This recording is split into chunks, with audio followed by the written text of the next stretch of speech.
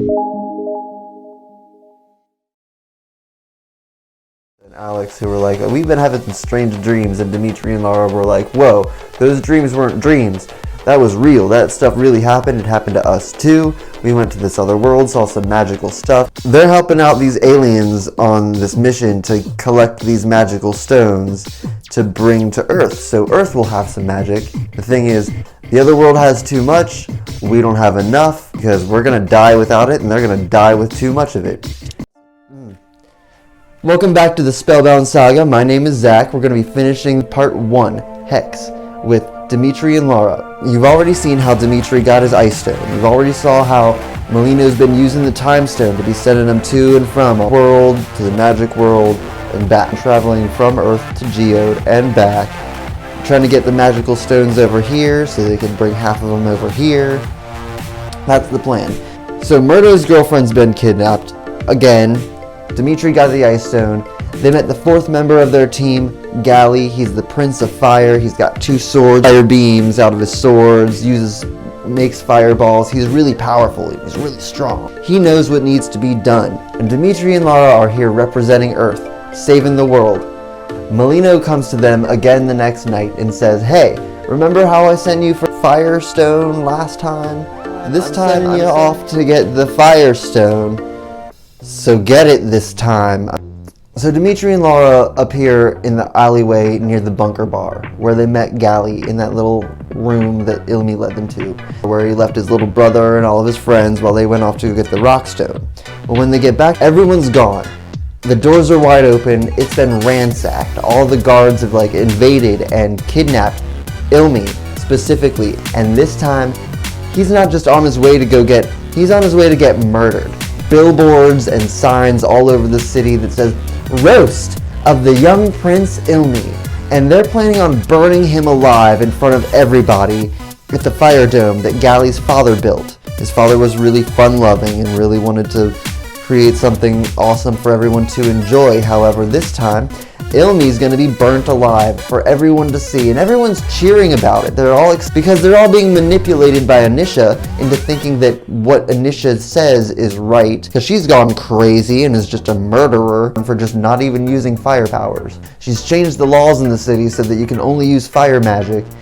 So Gali finds this out, and he is so mad. He is about to march his way over to the fire dome and stop Anisha himself. Dimitri, Lara, and Murdo are there too, and they're gonna help him out. They're marching their way down the city towards the fire dome, bust in there. They just ignore the ticket booth guy. They just go right on in. Through the crowd, they see Ilmi being tied up to a stake in the middle of this sandy pit center of this giant dome building. So the 4 of them go in there, and they're not spectators. They jump over the banister down into the sandy pit, and these guards start and they're like, what are these people doing? This is not the time for someone to be jumping down here. We got something going on.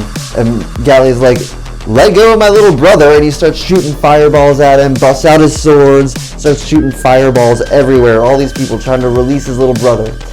Anisha's all at the top of the balcony in this big special chair that was built just for her. You can see on the ground where there were 3 other chairs where the king, the queen, and Gali and Ilmi were supposed to be sitting. Those chairs were replaced with one big golden leather red chair. Anisha stands up and she's like, you! That's my other nephew. They're both gonna die. Burn them both. And Gali's there, he's fighting back. Murdo's got the Rockstone, the other half of the Rockstone. They just got that just in the last episode. And that was the plan, to be overpowered over fire. A rock can put a fire out, no problem. That was his plan. Get the Rockstone, put out the fire. And Murdo's here. He's waving sand up from the ground, putting all the fire out immediately. He's got the upper hand here. He's got all rock magic. Murdo was already strong before this happened. So Gali goes to free his little brother, and Anisha escapes out the back of the building. And the people are wondering what is going on here. They didn't get to see anyone get burned alive. The whole event just was ruined. How did this happen? He's like, while you were gone getting the Rockstone, the guards came and invaded the bunker bar. I got kidnapped. Everyone else just ran away. I don't know what happened to Kern. Thank you for saving me. Gali's like, you're coming with us. So now they're chasing her from the fire dome to New Heaton Castle, through the streets. Dimitri and Lara finally use those rock golem things to ride on top of again, just like they did back in Winterton. They're marching through the streets, knocking things down, pushing guards out of the way. This time they're not fighting zombies, they're fighting actual people, trained to fight. Dimitri's on top of his golem, shooting ice down at the guards so that they can't shoot fireballs at him, or Laura, or Gally, or Murdo. Murdo's got his own rock golem that he created. Gally's not even on a rock thing. He's like marching in front of him with his swords, protecting his little brother from being captured and burnt alive. So they make their way to the castle, and the golems break down the walls. There's these walls around the castle. Gally's shooting fireballs through the guards. He knows the way through the castle, and he's like, hey, we're not going in through the front door. Follow me around the garden along the side. All the guards are like scattered all around the front of the castle. People are everywhere just watching this battle ensue in front of the castle. So Gally leads them around the side of the building, through this garden maze where the guards kind of get lost trying to look for him. And around the back door, it's this big doorway that leads to what looks like a ballroom. And Gally says, we're going to sneak in that way. We know of some special ways around the castle. We can find our way up to the throne room in order to get to Anisha, where we know she's hiding. We know the ins and outs of the castle, so we can find her, no problem. So they make their way to the castle. They go around back, and Laura says, wait, you guys, don't go there just yet. I have an idea. Laura's going to finally use her powers. She tells them to stay back in the hedges of the garden while she goes to distract the guards. She just walks over to the guards and she's using her power, and she just convinces the guards to walk away. Laura walks over to them and is just like, hey, can you guys leave? They do. They just do as she says. They just walk away. She's becoming more adept with her ability. So it works. Gally and the others kind of walk over. They're like, did you just discover that you could do that? How did you know that you could do that? And she's like, I've been using my screaming magic. I've been using my voice as magic. I figured it would work. And it did. Let's go in. So she leads them into the door, and it's this big dark ballroom. And there's pillars on the side. There's staircases in like every corner, like all four corners and the two sides. There's a couple doors here. There's a couple doors there. There's all kinds. There's chandeliers, but the chandeliers are very dimly lit. And as they walk in, they're like, which way do we go? Gally leads them to the center, and he's like, I think we're going to go this way. We'll go up the stairs. And he's like explaining to them where they're about to go. But up on the top balcony, Mist and Slail appear. And out from all the doors and the ground beneath them, more zombies just appear. Just the ballroom gets filled with zombies. And they see Mist and Slail up at the top. Four of them are surrounding Ilmi, protecting him, because Ilmi doesn't have any powers of his own. Even though he's the Fire Prince, he doesn't have any fire powers. A lot of people never discover their fire magic.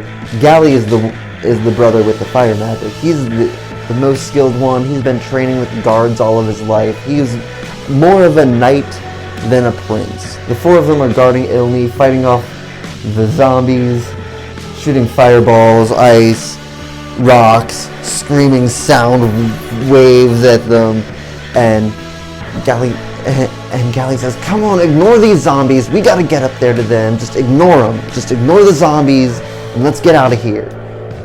Ilmi and Gally know of like secret passageways through the castle, and Ilmi's leading them all the way through it. He knows exactly where to go in the castle and which direction to lead them. Murdo is more focused on Mist and Slail. He's like, I want to get to them. I want to get my girlfriend back. They've got her hidden in this castle, I'm sure of it. Let's go find her. So they kind of split up. Murdo goes his own way.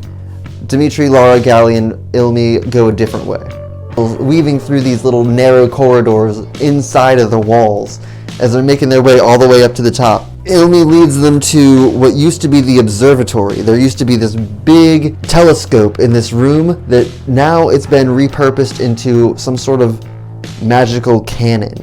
And Ilmi's like, I know how to use this. I think I can figure this out. And he's like playing around with the machine, and Gally's like, this isn't the time. We gotta get out of here. We gotta go find Anisha before she just escapes from the whole castle entirely. So they're racing off through the hallways, looking for the room where Anisha's hiding. And they make their way towards the grand balcony where they all finally meet up again. They've all been fighting Mist and Slail and zombies, and finally meet up with Anisha at the grand balcony, who's like backed up against the rail and is like yelling to the public, "These guys are gonna kill me! We gotta kill them! They're bad guys!" And everyone's like, "Kill the bad guys! Yeah, the queen's so beautiful! We believe anything that she says!" And so Gally goes up to the queen and she's like, "You're gonna give me my crown back. You're gonna announce to everyone that you killed my father. You killed my mother and father. It was not me. It was not Ilmi. We didn't kill anybody. You're the murderer. Tell them all right now." And she's like, "No, you're the murderer." Gally's yelling to the people, "Hey, she's not right. She's the murderer. She murdered my family. She's the one you should be mad at. Not me, not my little brother. It's her. She's the murderer. Why have you believed her?" So she's using her fire magic on him, and she's really powerful actually. She's got the fire stone on her. She's able to shoot fire from her hands. She's able to engulf herself in flames and just fight them all off. And Mist and Slayer are in the doorway doing the same thing, fighting them off. But Gally's able to knock the crown off of her head, and she's not as powerful all of a sudden. That's when Mist brings his flying whale into existence, summons his flying whale that they're able to escape from. He jumps off the balcony into the whale's mouth and motions for Anisha to join him, because they know each other somehow, evidently. They've been talking this whole time. They've still got Huba. Huba's in the mouth of the whale that Slayle, Mist, and Anisha just jump off the balcony into. Gally's got the crown, and he's got his brother, and all of the people who were glowing red, manipulated by Anisha, are suddenly fading into being normal. All the orange glow that was manipulating everyone is just slowly fading away, and everyone's realizing that Anisha was a murderer. Why was everyone okay with the idea that they were going to watch a 13-year-old burn to death when there was no proof that he did anything wrong? It starts coming to everyone's realization that Anisha was the bad guy here. So she told him where to get the rock stone. That's how we got there. So Mist went to go get the rock stone, failed, came back to Anisha, who had another idea for him. She's like, "There's a factory off in the forest where we used to make these giant machines that would just cut down the trees for us. Go turn that on. Go initiate the button, and maybe we'll be together if you go do this thing for me." Just manipulating, because she's a horrible person and she just manipulates people into doing what she wants them to do. So to wrap it all up, Dimitri and Lara were going back and forth from another world and back and didn't know what was going on.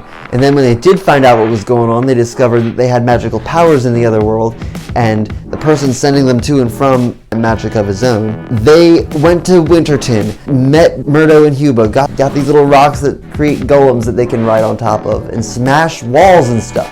They got the ice stone, they got the rock stone, they got the fire stone. They beat the queen, they fought Mist 3 times, they fought Anisha once. So out of a total of 12 stones, they've gotten 4 now. Time, ice, rock, fire. Dimitri, Lara, Murdo, and Gally saved all of New Heaton. Gally's gonna be the king again, and Anisha has escaped with Mist and Slayle with Huba again. Huba's been kidnapped this whole time, even though they got to see Huba briefly at the bottom of the rock pyramid. Next time, we're gonna start on part 2, where Dimitri and Lara are not going to be the main characters anymore. You just saw them. Thank you for joining me today. My name is Zach. Don't forget to like, share, comment, and subscribe. If I can say it right, that would be great. Thank you very much for joining me, and maybe I'll see you again for part 2. And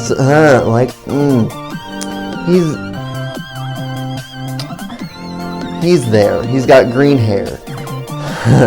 That's my victim. And her voice is magical. Becoming, ensuing, revealing, believable. What's the word that I'm looking for?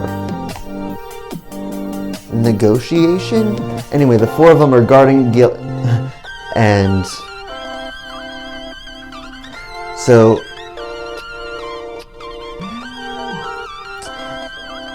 there's a factory off in the distance. There's a factory off in this, and that's all of part 1. Dimitri and Lara save the day.